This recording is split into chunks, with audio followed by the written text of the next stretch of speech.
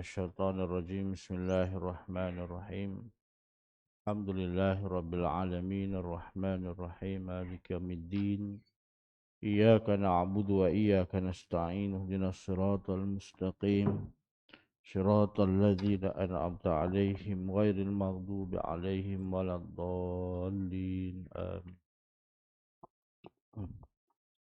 بسم الله الرحمن الرحيم Alhamdulillahi Rabbil Alamin wassalatu wassalamu ala ashrafil anbiya'i wal mursalin wa ala alihi wa sahbihi ajma'in. Rabbi shrah lana sudurana wa yassir lana umurana wahlul 'uqdatam min lisanina yafqahu qawlana bihaqqi sayyidina Muhammadin sallallahu alaihi wasallam. Rabbi adkhilna mudkhala sidqin wa akhrijna mukhraja sidqin waj'alna min ladunka sultanan nasira. Asbahna ala fitratil Islam wa kalimatil ikhlas wa ala dini nabina Muhammadin sallallahu alaihi wasallam wa ala millati abina Ibrahim hanifa wa ma kana minal musyrikin. Qala Allah Ta'ala fil Qur'anil Karim. Bismillahirrahmanirrahim. Ya ayyuhalladzina amanu taqullaha haqqa tuqatih wa la tamutunna illa wa antum muslimun. Sadaqallahul azim. Hadirin dan hadirat yang dirahmati Allah Subhanahu wa taala sekalian, kita sama-sama memanjatkan syukur pada Allah Subhanahu wa taala kerana dengan izinnya kita dapat hadir ke rumah Allah ini untuk kita bersama-sama berjamaah melaksanakan solat subuh, dan mudah-mudahan Allah mudahkan urusan kita, kehidupan dunia dan juga urusan kita untuk kehidupan akhirat. Kita dapat sama-sama mentaati, melaksanakan perintah Allah Ta'ala dengan sempurna, dan segala amal kita mudah-mudahan diterima oleh Allah Subhanahu wa Ta'ala insya-Allah. Kerana terimanya segala usaha amal kita ini merupakan satu kejayaan dan kebahagiaan, khususnya di akhirat nanti, yang mana pada hari kita akan dibicarakan di mahkamah Allah Subhanahu wa taala, dan kita akan ada sesi penyerahan segala penyerahan buku amalan, segala amal-amal yang kita lakukan panjang hidup kita atas dunia ini. Mudah-mudahan segala apa yang tercatat dalam buku amalan tersebut ialah amal-amal soleh,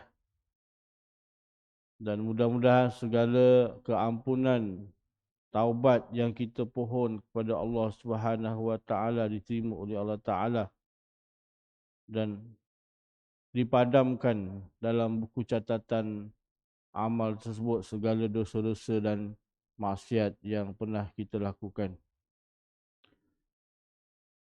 Tuan-tuan dan puan-puan yang dirahmati Allah Subhanahu wa taala, sesi penyerahan buku catatan amal ini adalah satu peristiwa yang besar yang akan dihadapi oleh kita semua. Maka sebenarnya kita sudah tidak ada masa yang banyak untuk kita membuat persiapan, tuan-tuan, untuk menghadapi sesi ini.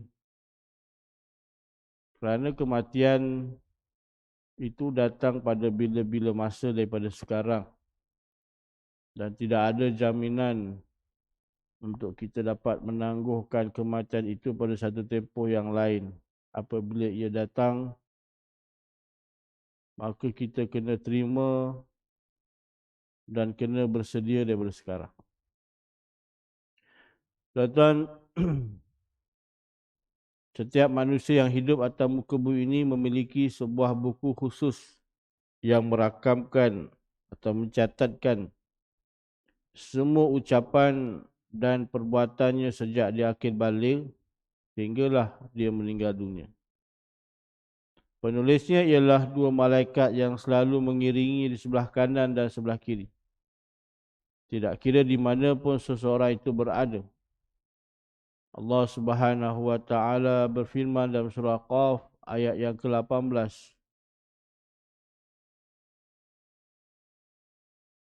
A'udzu billahi minasyaitonir rajim.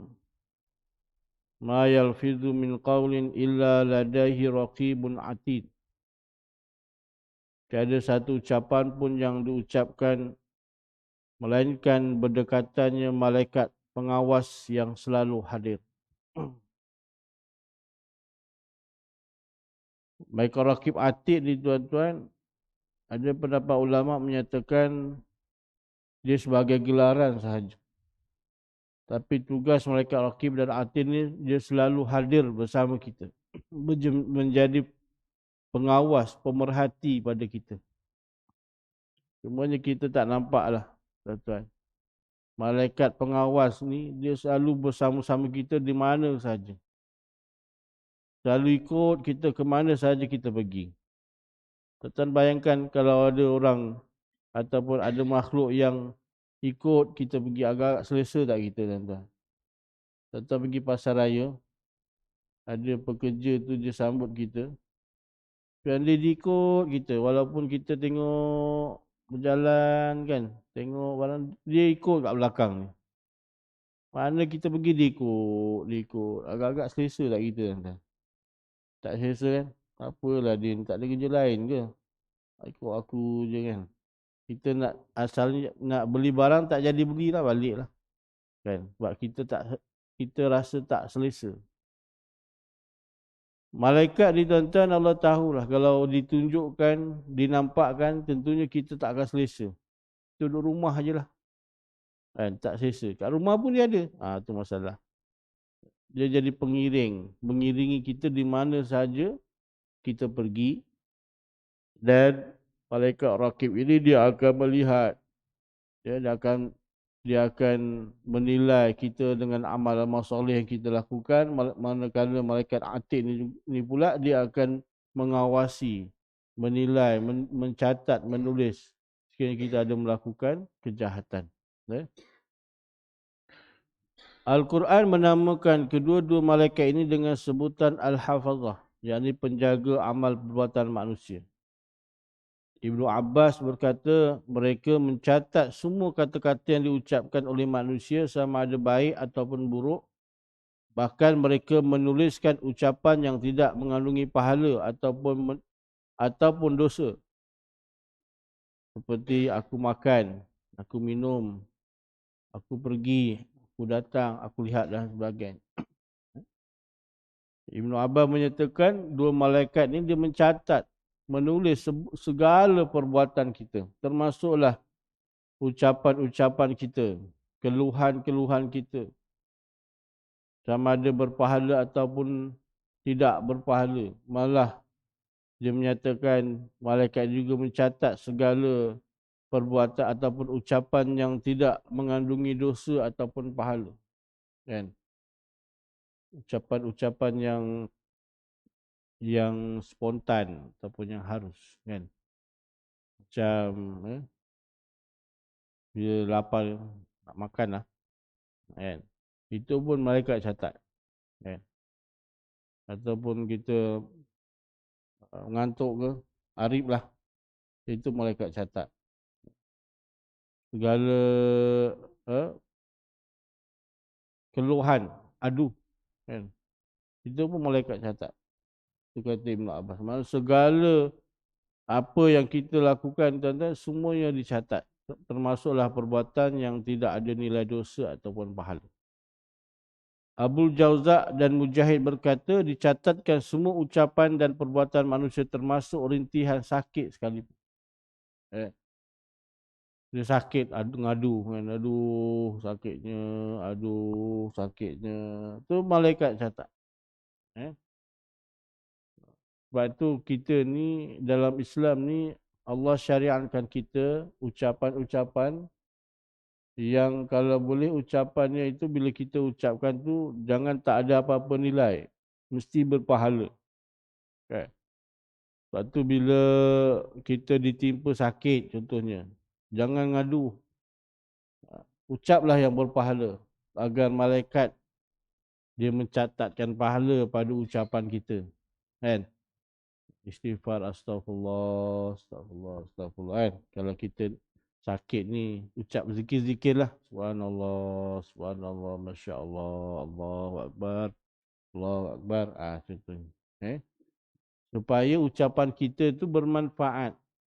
Daripada kita ngadu, adu, tak ada manfaat. Hanya melepaskan perasaan je. Kalau kita melihat benda yang takjub, pastikan respon kita ni berpahala. Nampak? Contoh apa? Nampak lukisan yang cantik contohnya kan. Kata subhanallah. Ucapan tu berpahala, zikir. Jangan bukan ucapan selain zikir. Kan nampak cantik tu. Wow, huyo. Gitulah. Wow. Itu tak ada pahala. Kalau kita nampak benda yang ganjil, yang aib, contohnya kita nampak ada orang merempat ataupun orang cacat.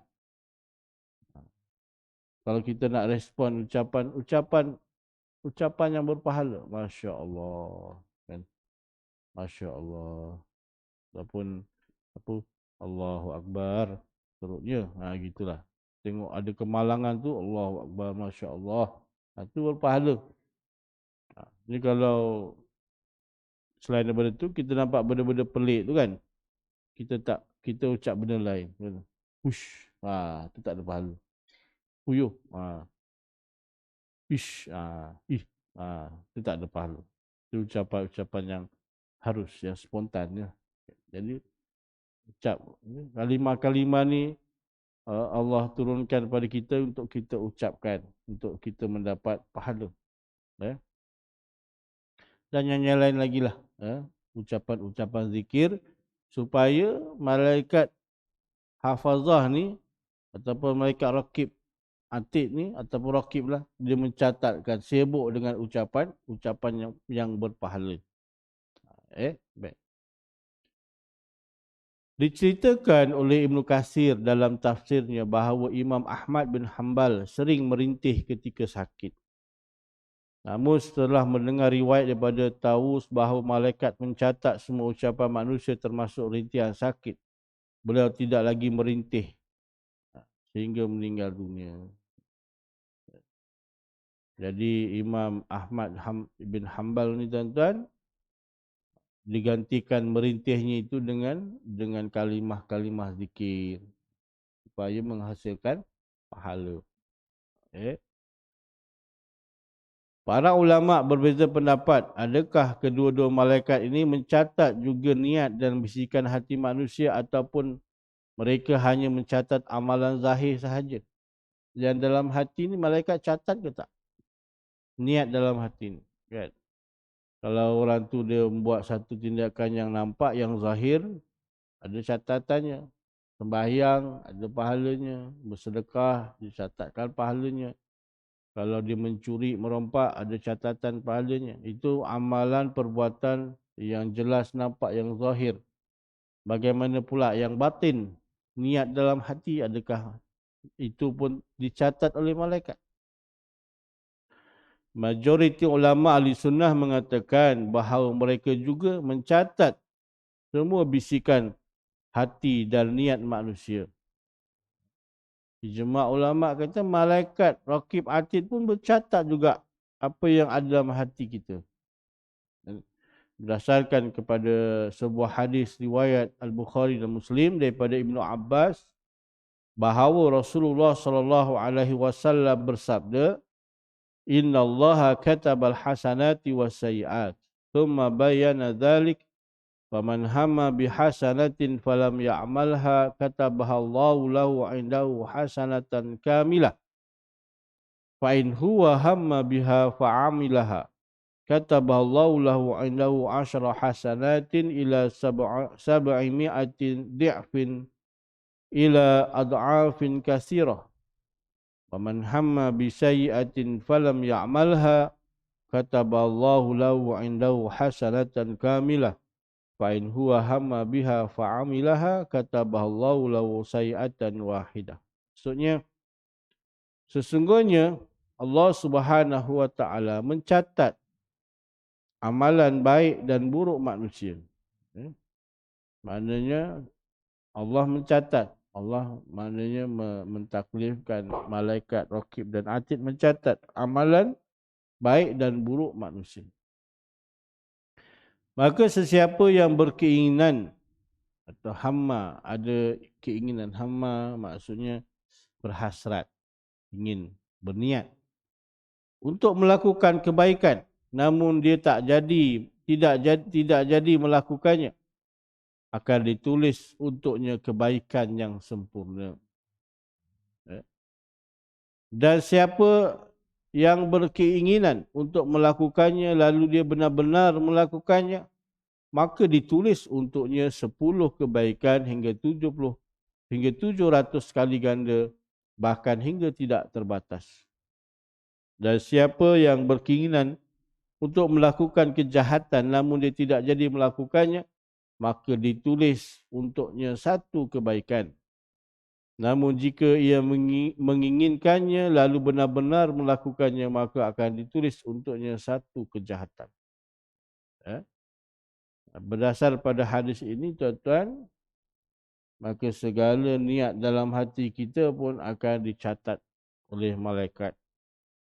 Nabi sebutkan barang siapa yang berhasrat, berkeinginan untuk melakukan kebaikan namun tak jadi buat, maka malaikat Raqib akan catatkan 1 kebaikan, pahala niat.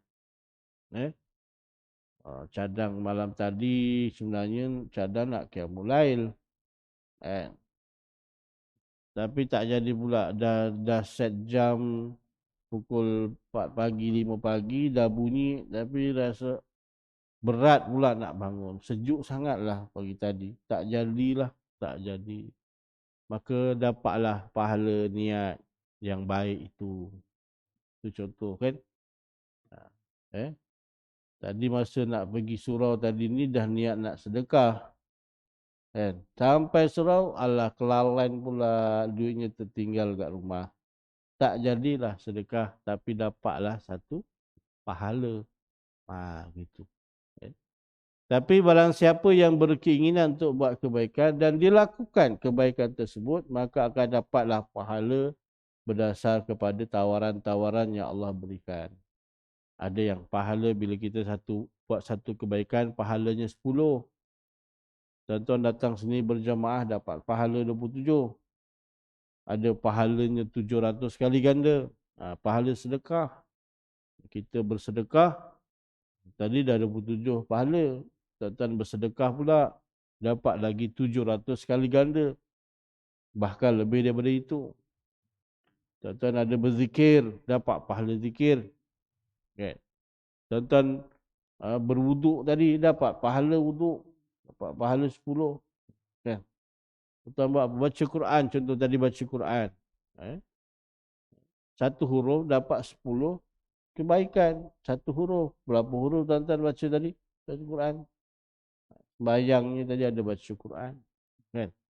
Dan apa-apa amalan yang tuan-tuan duduk sini pun, bahkan kita duduk dalam majlis ilmu ni pun, dapat pahala. Pahala berjalan. Dia ibarat macam, kalau kita tengoklah, kalau dalam meter air tu kan laju tu kan geraknya kan. Seram kita tengok tu kan. Meter air, meter elektrik kita kalau tengok, seram tengoknya, dia gerak je kan. Macam itulah ibaratnya tuan-tuan, kalau tuan-tuan duduk, niat iktikaf, berzikir, baca dan sebagainya, ibarat macam itulah, mudah-mudahan dia punya meter pahala tu laju juga. Itu seronoklah. Begitulah. Malaikat pun catat sibuk, catat. Ni sekarang malaikat Raqib ni dia tengah sibuk ni catat pahala ni. 1, 2, 3, 4, 5 tuan-tuan punya pahala. Yang Atid tu dia nak catat apa? Dia tengok kita pun duduk elok dalam majlis ilmu, insya-Allah. Malaikat Atid ni dia tak buat apa-apa catatan lagi. Gitu. Dan barang siapa yang berniat untuk melakukan kejahatan, berhasrat nak buat jahat, buat maksiat, tapi dia tak jadi buat, maka malaikat rakib akan catatkan pahala untuk dia. Gitu. Malam tadi sebenarnya, contohlah kan, malam tadi sebenarnya dia niat nak maling, nak pecah rumah orang contohnya kan. Tapi dia batalkan niatnya lah. Tak jadilah maksiat, tak elok macam tu. Maka dia dapat pahala satu sebab membatalkan niat jahat. Kan? Tetapi kalau dia berniat nak buat maksiat dan dia lakukan, kan? Ada setengah pendapat ulama kata, malaikat tak catat lagi satu kejahatan tu. Tunggu lagi sampai dia ada tak dia minta ampun istighfar pada Allah Ta'ala. Kan? Dia bertaubat lah. Kalau dia bertaubat, tak ada catatan kejahatan lah. Sebaliknya digantikan dengan kebaikan. Tapi kalau dia tidak ada taubat, maka malaikat akan catatkan satu kejahatan. Tengoklah nilai jahatnya tu. Kalau dosa besar, maka mungkin na'udzubillah besarlah catatan dosanya itu. Kalau dosa kecil, kecil lah. Tapi dosa kecil ni pun kalau dilakukan berulang-ulang kali akan jadi besar juga. Walaupun asalnya dosanya kecil, tapi dia berulang. Tak bertaubat dia ulang kejahatan kecil itu lama-lama jadi dosa besar. Dan catatan-catatan inilah tuan-tuan, yang akan nanti kita dapat lihat ketika hari penyerahan buku catatan itu. Segala perbuatan yang kita lakukan, walaupun dalam keadaan bersendirian, dalam gelap, semuanya tercatat. Apatah lagi perbuatan yang dilakukan secara terang-terang, diketahui oleh manusia, dilihat, semuanya tercatat oleh malaikat. Hadis yang sama diriwayatkan oleh Al-Bukhari dan Muslim juga melalui saluran lain hingga ke Abu Hurairah. Al-Hafiz Ibn Hajar berkata hadis ini menjadi dalil bahawa malaikat mengetahui isi hati manusia dengan pemberitahuan daripada Allah Ta'ala atau kerana Allah Ta'ala menjadikan tanda-tanda untuknya. Jadi hadis ini menjadi dalil bahawa malaikat rakib dan atid dia tahu isi hati kita. Dia tahu isi hati kita, apa niat yang kita nak lakukan, niat baik ataupun jahat. Sama ada Allah yang beritahu kepada malaikat rakib atid ataupun ada tanda-tanda tertentu yang malaikat ni tahu isi hati niat manusia ni. Tanda-tanda itu antara lain ialah bau busuk yang mereka dapati daripada manusia tersebut. Imam Al-Qurtubi dalam tafsirnya meriwayatkan Sufyan bin Uyainah pernah ditanya bagaimana malaikat mengetahui ketika seseorang hamba berniat baik atau buruk. Beliau menjawab apabila dia berbuat baik atau apabila dia berniat baik, malaikat mencium bau kasturi, bau harum. Dan apabila ia berniat buruk, malaikat mendapati bau busuk. Itu kata Sufyan bin Uyainah. Bila seseorang manusia itu dia ada berniat yang baik, maka malaikat dapat mencium bau harum. Maka itulah tandanya dia berniat untuk melakukan kebaikan, maka dicatatkan pahala. Kalau ada yang berniat jahat, maka malaikat mencium bau busuk. Tapi malaikat tak catat lagi. Dia tahu dia ada niat jahat. Sehinggalah perbuatan tu dilakukan, barulah ada catatan dosa untuk dia. Ya tuan-tuan, mujurlah kita ni tak ada dapat bau, cium bau tu. Bau harum tu tak apalah, pakai minyak atar ke apa kan. Ni agak-agak bayangkan kalau dosa-dosa kita ada bau dan baunya tu dicium oleh manusia. Agak-agaknya berani ke kita keluar rumah? Kita keluar rumah ni pun ada bau tak? Ketiaknya bau apa? Bau ketiak lah. Jadi kita pun basuh dulu, digosok dulu. Ada bau lagi tak? Oh tak ada, okey. Ada lagi bau, tengok. Bau napas. Oh, bau busuk lah. Gosok gigi. Bagi hilang baunya. Apa lagi bau aja. Oh, telinganya bau teler. Oh, digosok bersihkan dulu telinganya tu. Kalau boleh jangan ada bau. Untuk kita nak bertemu dengan manusia. Tak nak nanti orang komen, komplain, bau busuk. Malu kita kalau ada orang tegur kita bau busuk. Malu kan? Malu. Dekat khalayak ramai tu tiba-tiba perut kita memulas. Nak buang angin, nak kentut kan. Tahan tu, jangan bagi kentut. Takut nanti baunya orang tahu kan. Nanti orang bau busuk. Walaupun mungkin orang tak tahu siapalah yang kentut kan. Bagi ini je lah kan. Siapalah yang kentut ni, busuknya. Walaupun orang tak tahu, tapi yang buat tu dia malu. Kan? Apatah lagi kalau orang tahu, kau rupanya kentut. Bau berbunyi lah apa kan. Dan malu kita. Itu uh, fitrah. Cuba bayangkan kalau dosa kita ada bau. Tentunya tuan-tuan, kita tidak akan sanggup untuk berdepan dengan manusia. Sebab banyaknya dosa kita. Nak bersihkan, minta ampun pada Allah pun tuan-tuan mungkin tak larat lah. Dosa kita yang banyak ini. Jadi tak keluarlah ke rumah. Duduk rumah ajalah. Masing-masing tak nak berkomunikasi sebab masing-masing berbau busuk. Tapi Allah tutup aib kita tuan-tuan. Allah tutup aib kita. Malah aib orang-orang yang Allah cinta, orang kasih, orang beriman yang Allah tutup. Sampailah tak diketahui oleh manusia, sampailah dia masuk syurga. Itu istimewanya orang beriman ini tuan-tuan. Daripada kat dunia, dia meninggal dunia dalam keadaan yang baik, hari Jumaat contohnya, dalam keadaan wajah yang senyum, sedang melakukan amal soleh. Allah tutup aib kita, Allah tutup aib dia. Allah orang puji dia. Sebenarnya dia kembali pada Allah Ta'ala. Mungkin ada dosa. Orang awam kita tak boleh lari pada dosa. Tapi Allah sembunyikan dosa tu. Allah gantikan dengan keadaan yang baik. Di padang mahsyar, kemudian di yaumul hisab pula yang sebelum ni kita belajar kan. Yang kita tahu Allah panggil orang beriman ni, kemudian diadakan pengadilan secara tertutup. Orang di luar di pada mahsyar tak tahu pun apa yang dibicarakan. Kemudian dah lah tertutup, Allah dekatkan pula. Lalu Allah bertanya secara berbisik. Kan? Macam anak-anak kita lah kan. Dia buat kesalahan, kita panggil dia. Kita tak nak adik-beradik dia mak tahu dan dia rasa malu, kita panggil dia. Kan? Kita panggil dia dalam bilik ke ataupun tertutup ke, tanya abang. Dah lah kita tanya dia, lepas tu berbisik pula tu. Bang, betul ke abang yang buat ni? Pecahkan pinggan ni. Betul abang macam tu. Ni yang pecahkan pasu bunga Umi ni, abang yang buat kita tanya berbisik pula.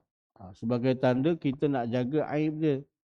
Kasih sayang kita pada dia. Tak nak dia rasa malu dengan adik-beradik yang lain. Kita tanya berbisik. Kan? Dia mengaku, ya Allah betul, ya Allah aku buat. Sampai orang beriman ni kata tak ada harapan dah masuk syurga. Sebab banyaknya dosa yang Allah cungkil.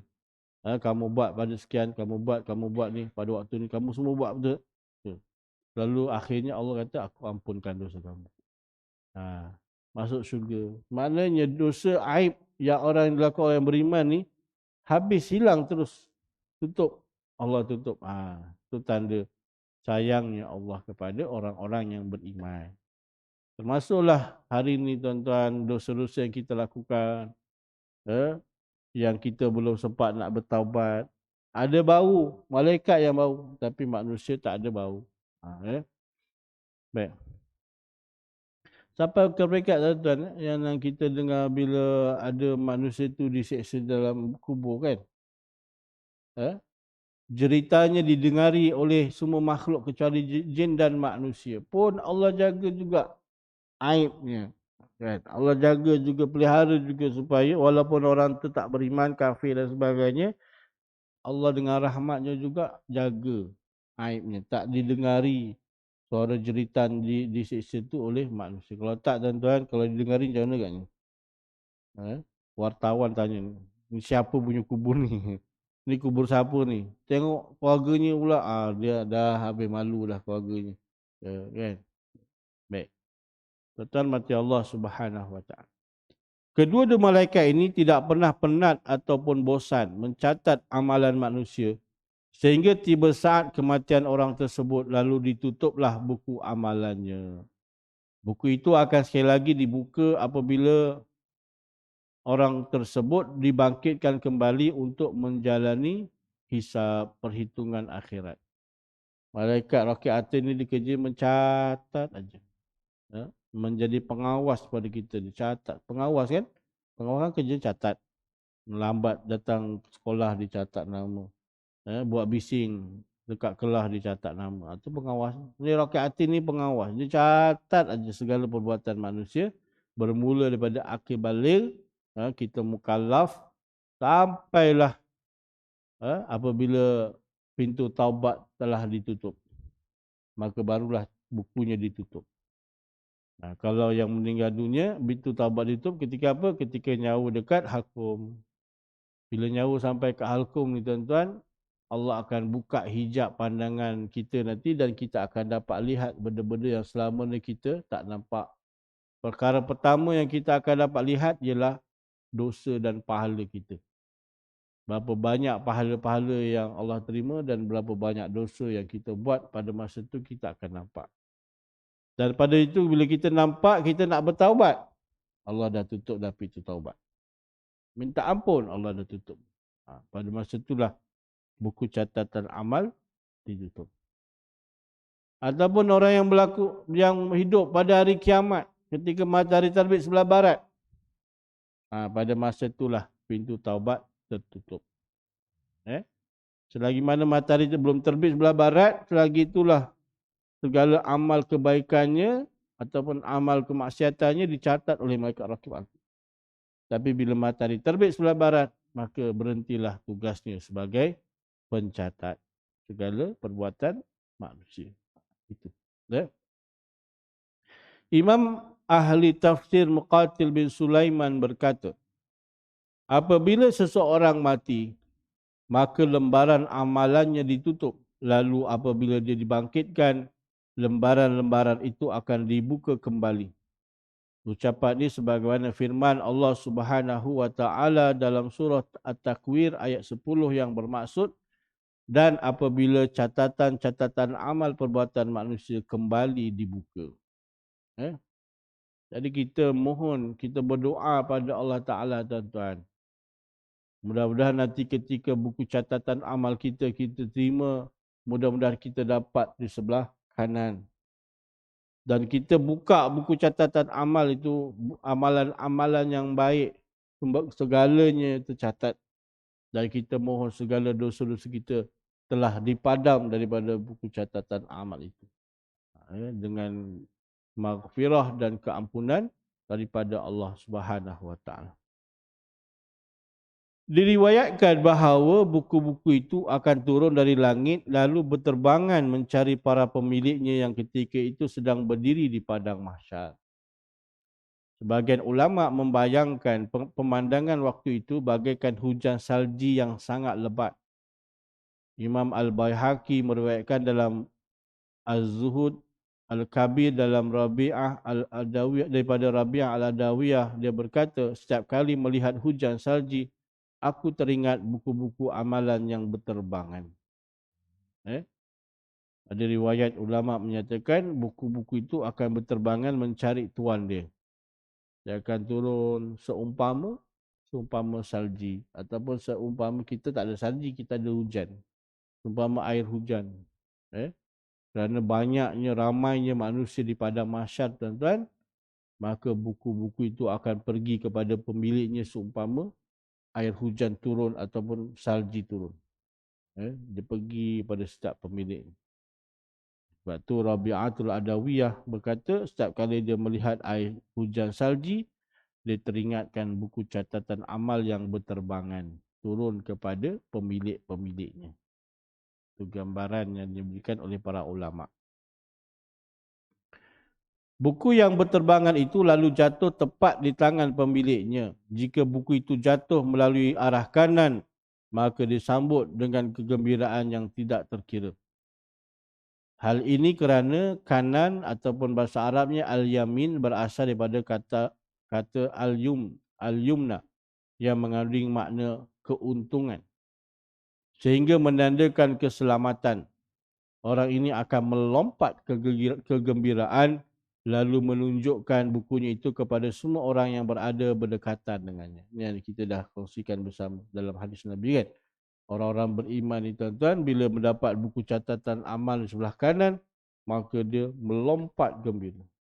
Macam orang dapat result periksa, dapat semalam, 2 hari lepas kan, SPM. Tengok orang yang dapat 11A, 12A kan, dia gembira, seronok. Dapat tengok result, Yahoo! Tu contoh kan.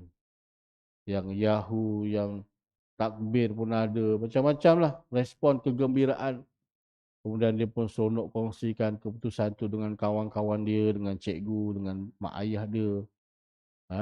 Yang ada pula kelebihan tu, wartawan pilih masuk dalam paper, dalam berita-berita kejayaan dia.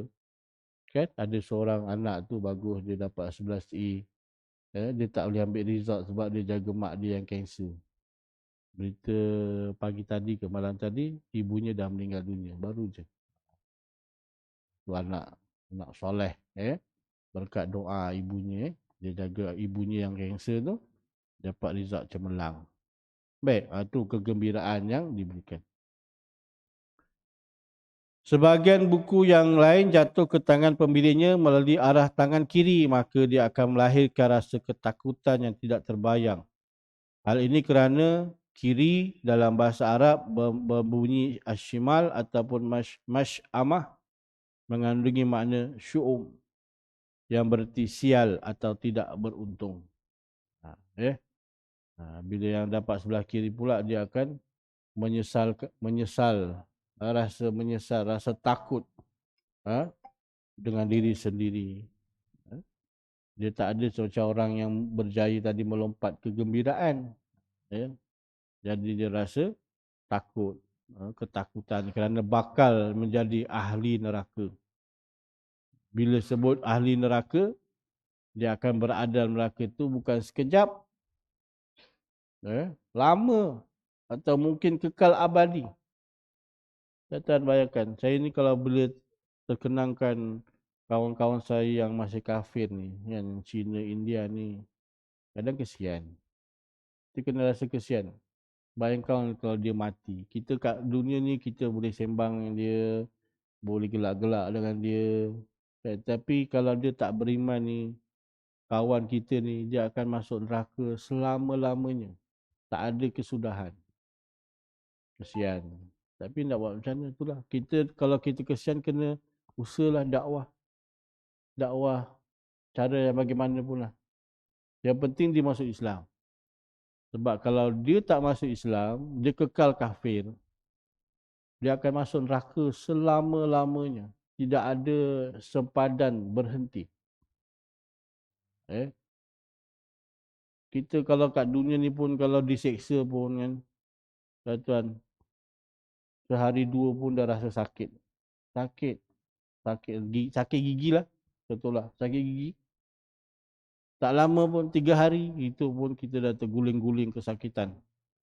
Ini kalau dalam neraka selama-lamanya, diseksa, dibakar, dicucuk, apa semualah. Kan? Tapi itulah tuan-tuan. Itulah ketakutan yang dihadapi oleh orang kafir. Kerana akibat dia sombong dengan Allah Ta'ala. Sombong dengan manusia pun dihukum kan. Apatah lagi kalau sombong dengan raja segala raja, iaitulah Allah Ta'ala. Maka lebih dahsyat lagi.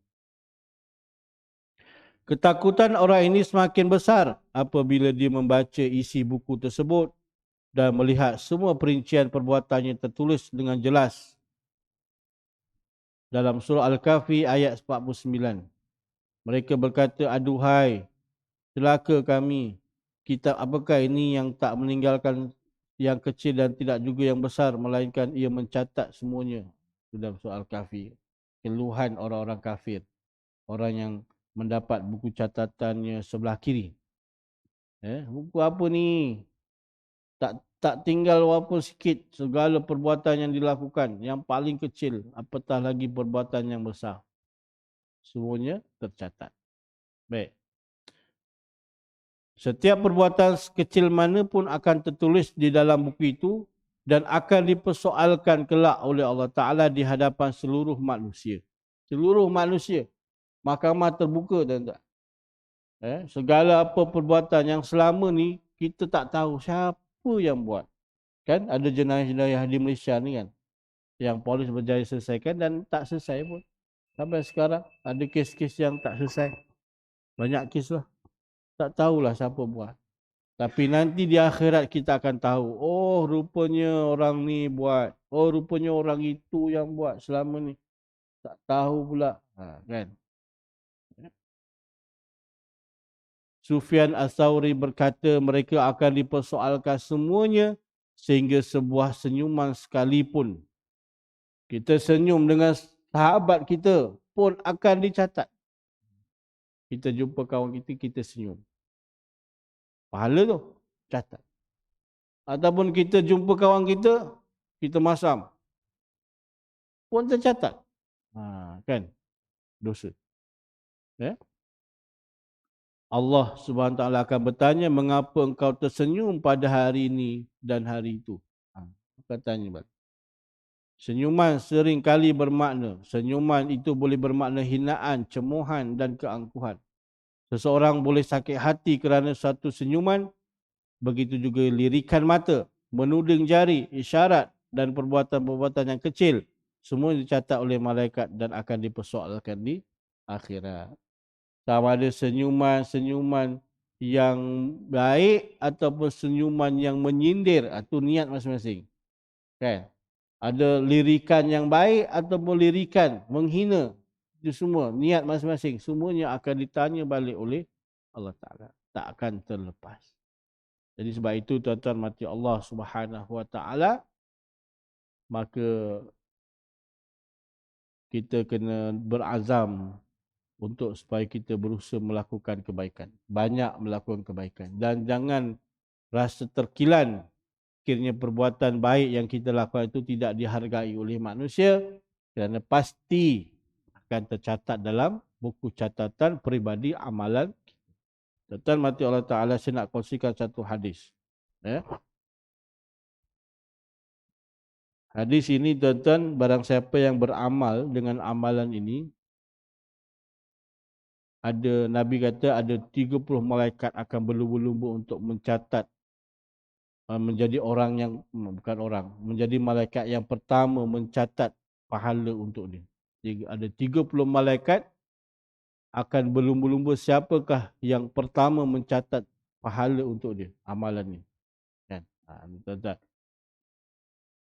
An Rifa'ah ibni Rafi' al-Zuraqi qala kunna yawman nusalli wara'an Nabi sallallahu alaihi wasallam. Falamma rafa'a ra'sahu min ar-raq'atin qala sami'a Allahu liman hamidah. Qala rajul wara'ahu rabbana walakal hamd hamdan katsiran tayyiban mubarakan fih. Falamma ansarafa qala manil mutakallim qala ana. Qala ra'aitu bid'atan wa salasina malakan yabtadirunaha ayyuhum yaktubuha awwalun. Rifa'ah bin Rafi' berkata, kami pernah solat bersama Rasulullah sallallahu alaihi wasallam. Saat bangun dari rukuk, Nabi membaca sami Allahu liman hamidah. Tiba-tiba ada seorang sahabat yang menyebut, membalas dengan katanya, Rabbana walakal hamd, hamdan katsiran tayyiban mubarakan fih.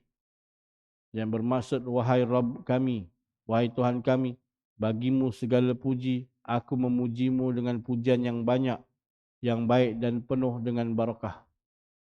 Setelah selesai solat, Rasul SAW bertanya, siapa yang mengucapkan kalimah itu? Sahabat tu berkata, saya ya Rasulullah. Kemudian Rasulullah SAW bersabda, aku melihat 30 malaikat berlumba-lumba untuk siapa yang pertama mencatat pahala untuknya. Ucapan dia ucapan yang special. Biasa kalau imam kata, Sami Allahu liman hamidah, kita respon apa makmum? Rabbana walakal hamd. Kan? Tapi sahabat ni dia sebut lebih lagi. Rabbana, apa saya baca? Rabbana walakal hamd, hamdan kasiran tayyiban mubarakan fi. Lefaz tuan-tuan. Rabbana walakal hamdu, hamdan kasiran tayyiban mubarakan fi. Hamdan kasiran tayyiban mubarakan fi. Hamdan kasiran tayyiban mubarakan fihi. Hamdan kasiran tayyiban mubarakan fihi. Barang siapa yang baca ni ketika iktidal tuan-tuan, hamdan sami Allahu liman rabbana walakal hamd, hamdan kasiran mubarakan tayyiban fi, hamdan kasiran tayyiban mubarakan fi, maka Nabi kata, aku melihat 30 malaikat berlumba-lumba untuk siapa yang mencatat orang malaikat yang pertama mencatat pahala untuk malaikat berlumba-lumba nak catat, berlumba-lumba nak catatkan pahala. Pahalanya tak tahu berapa banyak, kan?